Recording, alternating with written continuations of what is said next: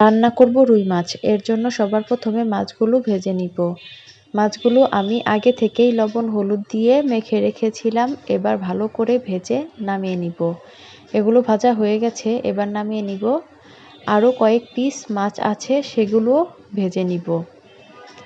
বন্ধুরা, আপনাদের যদি আমার ভিডিও ভালো লাগে অবশ্যই আমার পেজটি ফলো করে আমার পাশে থাকবেন। তো এগুলো ভাজা হয়ে গেছে, এবার তুলে নিব। এবার এই তেলের মধ্যেই দিয়ে দিব জিরা দিয়ে তারপর দিয়ে দিব কেটে রাখা কাঁচামরিচ আর আলুগুলো দিয়ে হালকা একটু নেড়ে ভেজে নিব।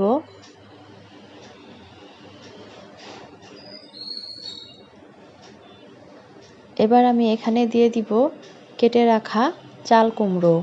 আজকে এই চাল কুমড়া দিয়ে তরকারিটা রান্না করব। চাল কুমড়া আলু দিয়ে মাছের তরকারি খেতে কিন্তু ভালোই মজা লাগে।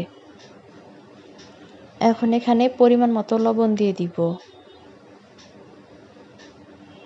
লবণ দিয়ে আবারও একটু নেড়ে নিলাম। এরপর এখানে সব ধরনের মশলা দিয়ে আমি ভালো করে কষিয়ে ঝোল দিয়ে দিয়েছি। মাঝখানে মশলার ভিডিওটুকু আর করা হয়নি। এরপর এখানে ভেজে রাখা মাছগুলো দিয়ে দিলাম। সবশেষে অল্প একটু জিরা গুঁড়ো দিয়ে নামিয়ে নিব। আজকে এই চাল কুমড়ার তরকারিটা কিন্তু খেতে অনেক মজা হয়েছিল। কে কে এইভাবে তরকারি রান্না করেন অবশ্যই